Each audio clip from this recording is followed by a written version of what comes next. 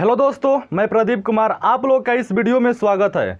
दोस्तों, आप लोग को इस वीडियो में बताने वाला हूं पदार्थ यानी कि सब्सटेंस, जिसमें यानी कि पदार्थ किसे कहते हैं, पदार्थ किसे कहते हैं और उनके कितने प्रकार होते हैं और प्रकार का भी आपको परिभाषा समझाएंगे।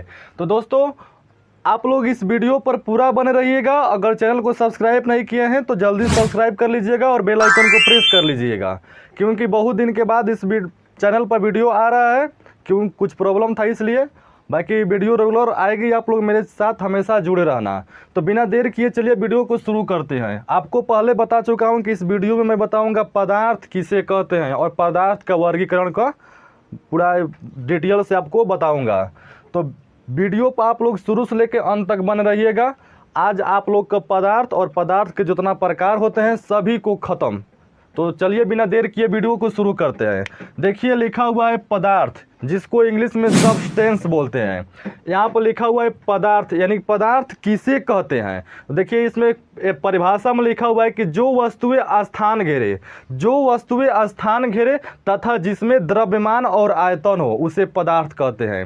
यानी कि कोई भी वस्तु हो, दुनिया का कोई भी वस्तु अगर वो स्थान घेर रहा है और उसमें कोई ना कोई अगर भार है तो वो पदार्थ है। देखिए, ऐसे तो दुनिया का सारा चीज़, दुनिया में ऐसा कोई चीज़ नहीं है जिसमें भार ना हो और जो स्थान ना घेरे, सिवाय प्रकाश। प्रकाश है, ऊर्जा, ये सब पदार्थ नहीं कहलाता है। लेकिन मान लीजिए जैसे में दिया हुआ है लकड़ी, ईंट, पत्थर, पानी। मान लीजिए मेरा ये मार्कर है, अगर इसको जहाँ रखूँगा वहाँ का तो स्थान घेर लेगा ना ये मार्कर। जिस जगह पर रखूँगा, या कोई भी वस्तु, मिट्टी मान लीजिए, ईंट मान लीजिए, लकड़ी मान लीजिए, अगर किसी जगह पर उसको रखेंगे तो वहाँ का तो स्थान घेर लेगा। तो आपको क्या बोले कि जो वस्तु स्थान घेरे और जिसमें द्रव्यमान और आयतन हो, यानी कि जिसमें भार हो। ये है, भले ही मार्कर छोटा है लेकिन इसका भी कुछ न कुछ तो भार है। ईंट है, इसका भी कुछ न कुछ तो भार है। लकड़ी भी कुछ न कुछ तो भार है। पानी का भी भार होता है और पानी जहाँ पर गिरेगा तो वहाँ पर भी अपना जगह छेकेगा। तो यानी कि जो वस्तु स्थान घेरे और जिसमें द्रव्यमान और आयतन यानी कि भार हो वह हमारा पदार्थ कहलाता है। दुनिया का सारा चीज़ पदार्थ होता है। आपको बता दिया हूँ कि प्रकाश पदार्थ में नहीं होता है, क्योंकि पदार्थ में कोई भार नहीं होता है और ना कोई वो स्थान घेरता है, और ऊर्जा भी हमारा पदार्थ नहीं है।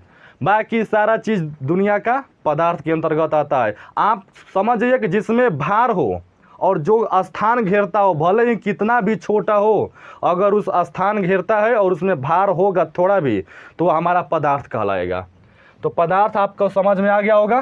चलिए अब देखते हैं पदार्थ के प्रकार, पदार्थ के कितने भागों में बांटा गया है। देखिए, पदार्थ को दो भागों में बांटा गया है, एक भौतिक अवस्था के आधार पर, एक रासायनिक अवस्था के आधार पर। तो हम देखेंगे इस वीडियो में खाली पदार्थ को भौतिक अवस्था के आधार पर। देखिए, पदार्थ को भौतिक अवस्था के आधार पर ऐसे तो 5 भागों में बांटा गया है पदार्थ को, भौतिक अवस्था को।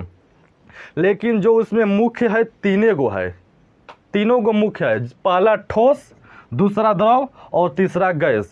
इसको इंग्लिश में सॉलिड, इसको लिक्विड और इसको गैस बोलते हैं।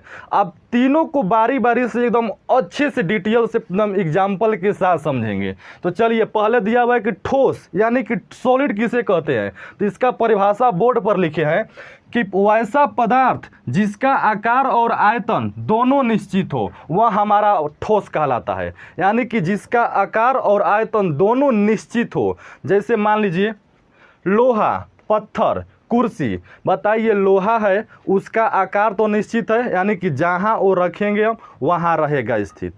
आकार वो नहीं है कि अब यहाँ से वहाँ बढ़ जाएगा, जहाँ रहेगा तहाँ रहेगा। और उसका आयतन भी निश्चित होगा। मान लीजिए मेरा ईंट है यहाँ पर, या लोहा है, या कुर्सी है, इसका जो भार है वहीं रहेगा। अब मान लीजिए ये मार्कर है, इसका भार मान लीजिए कि 50 ग्राम है।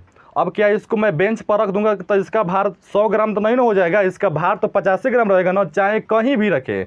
इसको हम कहीं भी रखें, इसका भार एकदम निश्चित रहेगा। जो यहाँ पर है वो भी भार वहीं पर रहेगा। इसका आयतन और आकार दोनों। अब बताइए, ये इतना आकार इतना बड़ा है तो क्या दूसरा जगह रख देंगे तो क्या इतना बड़ा हो जाएगा?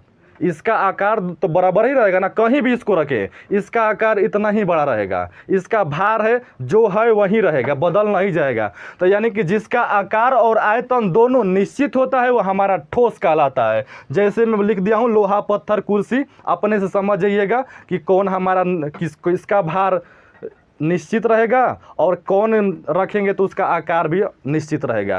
यानी कुछ भी हो, लोहा है पत्थर है, मान लीजिए पत्थर हम इसको मान लीजिए इतना 100 ग्राम का पत्थर है और कहीं उसको फेंक देंगे तो क्या 200 ग्राम का होगा या 50 ग्राम का हो जाएगा? नहीं, उस 100 ग्राम का रहेगा। अगर 100 ग्राम का मेरा पत्थर मान लीजिए इतना बड़ा है तो उसको दूसरे जगह रख देंगे तो इतना बड़ा नहीं ना हो जाएगा, जितना है उसका आकार उतना ही रहेगा। तो इसलिए वो सब हमारा ठोस कहलाएगा। तो आशा करते हैं कि ठोस आपको समझ में आ गया होगा। अब देखते हैं द्रव किसे कहते हैं। तो चलिए देखते हैं हम नेक्स्ट हमारा है द्रव, जिसको इंग्लिश में लिक्विड कहते हैं। सॉरी यहाँ पे इंग्लिश लिखना भूल गए हैं, द्रव को इंग्लिश में लिक्विड कहते हैं। अब देखिए इसका परिभाषा क्या होता है। दिया वैसा पदार्थ जिसका आकार और आयतन जिसका आकार अनिश्चित और आयतन निश्चित हो, वैसा पदार्थ जिसका आकार अनिश्चित लेकिन जो उसका आयतन है, जो भार है वो निश्चित होता है, वह हमारा द्रव कहलाता है। जैसे में पानी, तेल, दूध। अब बताइए पानी है, इसका आकार पानी है, यहाँ पर हम रखेंगे तो वहाँ पर बहा कर चल सकता है, यानी कि इसका आकार एक जैसा नहीं होगा। पानी है, इसको तेल है, इसको यहाँ पर हम ढारेंगे तो यहाँ पर नहीं रहेगा, वहाँ पर यहाँ से ढगर के कुछ दूरी तक चला जाएगा, यानी कि उसका आकार एक जैसा नहीं रहेगा, हमेशा उसका आकार अनिश्चित ही रहेगा। लेकिन जो उसका भार है वह निश्चित होता है। यानी मान लीजिए 5 लीटर पानी है तो उसको क्या बाल्टी में उझील देंगे तो 10 लीटर नहीं ना हो जाएगा, वो भी तो 5 लीटर रहेगा। यानी कि उसका आकार अनिश्चित होता है लेकिन उसका जो आयतन है, जो भार है वो निश्चित रहेगा। तो आशा करते हैं कि ये भी आपको द्रव समझ में आ गया होगा। यानी कि उसका जो दिशा है, नीचे रखेंगे पानी को तो ढगर सकता है, उसका आकार बदल जाएगा, लेकिन जो उसका भार रहेगा, जितना हम लीटर रहेगा उतना ही लीटर हमेशा रहेगा। चलिए दोस्तों अब देखते हैं लास्ट टॉपिक, जिसका नाम है गैस। इसको इंग्लिश में भी गैस कहते हैं। देखिए इसका परिभाषा क्या है। वैसा पदार्थ जिसका आकार और आयतन दोनों अनिश्चित होता है। यानी कि इसका आकार और आयतन यानी कि सब कुछ अनिश्चित होगा, इसका गारंटी नहीं है। जैसे ऑक्सीजन, कार्बन डाइऑक्साइड। बताइए ऑक्सीजन गैस है, इसको हम छोड़ेंगे तो क्या एक ही जगह रहेगा, कहाँ तक घुल मिल जाएगा, यानी कि इसका आकार अनिश्चित हो जाएगा और इसका जो भार है वो भी अनिश्चित हो जाएगा। गैस है, मान लीजिए इसमें गैस हम 2 लीटर गैस को कैद किए हैं या 200 ग्राम गैस को कैद किए हैं, इसको छोड़ेंगे तो घुल मिल जाएगा, कहीं कितना चलेगा इधर, कहीं कितना, यानी कि हर एक दिशा में वो घुल मिल जाएगा।